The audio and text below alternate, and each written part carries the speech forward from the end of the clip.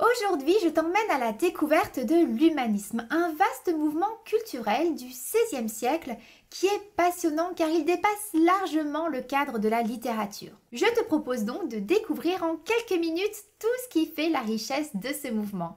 N'oublie pas que tu peux retrouver ma fiche complète sur l'humanisme par écrit sur commentaires-composés.fr.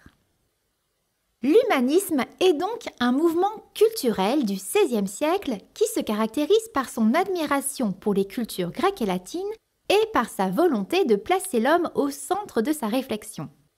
En connaissant l'homme, en le comprenant, les humanistes souhaitent contribuer à son épanouissement, au sens large l'épanouissement personnel, culturel et politique de l'homme.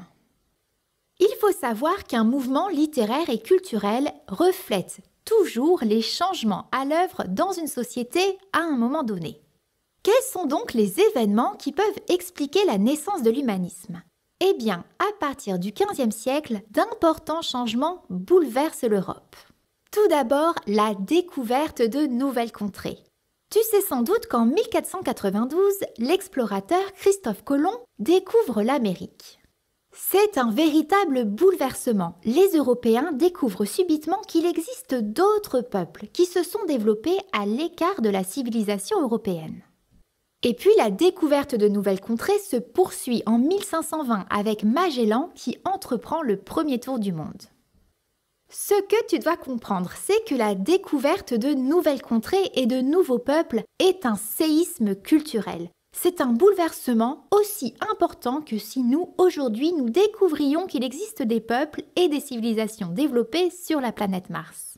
C'est véritablement bouleversant. En plus, parallèlement, une autre découverte bouleverse la conception que les Européens se font du monde. C'est la révolution copernicienne. Nicolas Copernic défend la théorie de l'héliocentrisme. Alors l'héliocentrisme, c'est la théorie selon laquelle ce n'est pas le Soleil qui tourne autour de la Terre, mais c'est la Terre qui tourne autour du Soleil. Or, cette théorie bouleverse les croyances de l'époque et elle est d'ailleurs condamnée par l'Église catholique. Tu vois, il y a donc de nombreuses découvertes qui bouleversent la vision du monde des Européens à cette époque. Et puis il y a aussi une invention qui va tout changer. C'est l'invention de l'imprimerie en 1450 par Gutenberg.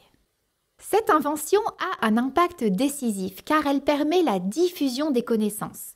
Les textes peuvent enfin se transmettre à grande échelle.